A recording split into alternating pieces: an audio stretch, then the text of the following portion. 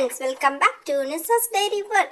இன்னைக்கு நம்ம வீடியோவில் இட்லி தோசை இதுக்கெல்லாம் காரசாரமான பூண்டு வெங்காய சட்னி எப்படி நம்ம வீட்டிலே செய்யலாம் அப்படிங்கிறத பார்க்க போகிறோம். இப்போ வாங்க வீடியோக்குள்ளே போகலாம்.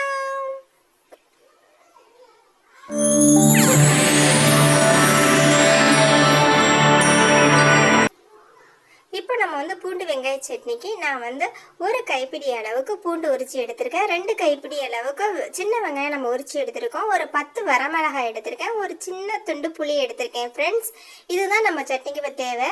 இப்போ நம்ம ஸ்டவ் ஆன் பண்ணி கடாய் வச்சுக்கலாம். கடாய் ஹீட் ஆனோடனே 2 டேபிள் ஸ்பூன் போல ஆயில் விட்டுக்கலாம். ஃப்ரெண்ட்ஸ்,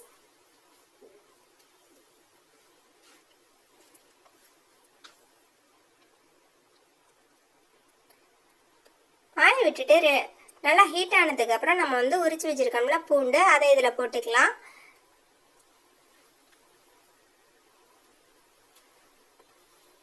பூண்டு நல்லா கலர் மாறுற அளவுக்கு நம்ம நல்லா வதக்கி எடுத்துக்கிறோம். ஃப்ரெண்ட்ஸ்,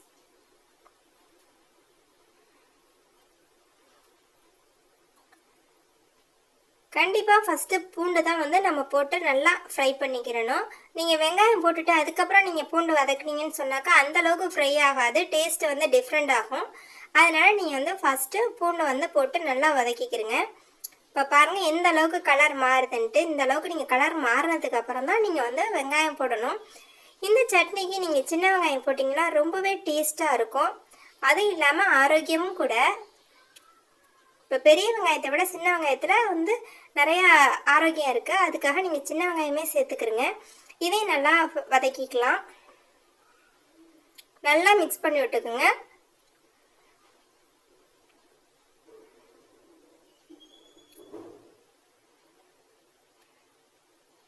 இப்போ பாருங்கள், இந்த இதில் நம்ம புளி சேர்த்துக்கலாம். நான் கொஞ்சோண்டு தான் புளி எடுத்திருக்கேன். நிறையா புளி போட்டுறாதீங்க, அப்புறம் புளிப்பு சுவை அதிகமாக போயிடும். இப்போ நம்ம எடுத்து வச்ச வரமிளகாய் எல்லாத்தையுமே நம்ம இதில் சேர்த்துக்கலாம். சேர்த்து நம்ம நல்லா ஃப்ரை பண்ணிக்கிடுவோம். இப்போ இதுக்கு தேவையான அளவு நான் கல்லுப்பு தான் ஃப்ரெண்ட்ஸ் சேர்க்குறேன். கல்லுப்பு போடும்போது இன்னமும் டேஸ்ட்டு நல்லாயிருக்கும். சால்ட்டு சேர்க்க இது நல்லா தூள் உப்பு இருக்குல்ல, அது சேர்க்குறத விட நம்மளுக்கு கல்லுப்பு சேர்த்தோம்னா ரொம்பவே டேஸ்ட்டு நல்லாயிருக்கும். இப்போ புளியை எண்ணெயில் கொஞ்சம் நேரம் போட்டு வைங்க. கொஞ்சம் நேரம் வச்சுட்டு அப்புறம் திருப்பி போட்டு இந்த மாதிரி வைங்க. அப்போ தான் நல்லா ஃப்ரை ஆகும். இந்த மாதிரி நம்ம செஞ்சு வைக்க போகும்போது நல்லா அரைச்சி ஃப்ரிட்ஜில் நம்ம ஸ்டோர் பண்ணி 1 வாரம் வரைக்கும் நம்ம வச்சுக்கிடலாம். தாளிப்பு மட்டும் நீங்கள் தேவைக்கு மட்டும் கொஞ்சமாக எடுத்து நீங்கள் எப்போ தாளிப்பு கொடுத்து வச்சு சாப்பிடுங்க. இப்போ ஆஃபீஸ் போகிறவங்க, இதை வேலைக்கு போகிறீங்க அப்படின்னு சொன்னாக்கா இதை அடிக்கடி செஞ்சுக்கிட்டு இருக்க முடியாதுல்ல. அந்த மாதிரி இருக்கிறவங்க நீங்கள் இந்த மாதிரி செஞ்சு ஃப்ரிட்ஜில் ஸ்டோர் பண்ணி வச்சுக்கிறங்க. நல்லா ஆற விட்டு அரைச்சி ஒரு பாட்டிலில் போட்டு வச்சுக்கிறங்க.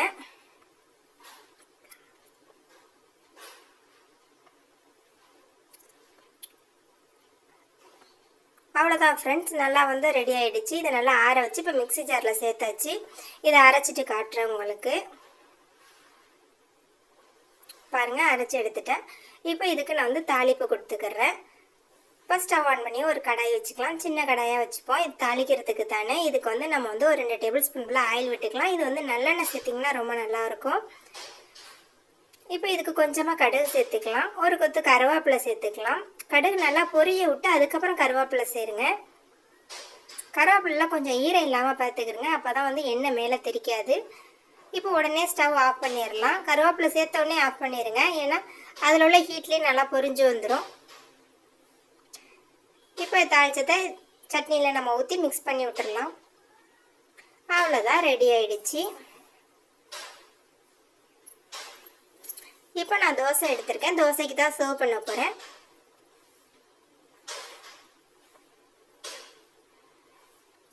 இட்லி, தோசை, சப்பாத்தி எல்லாத்துக்குமே இது சூப்பராக இருக்கும்.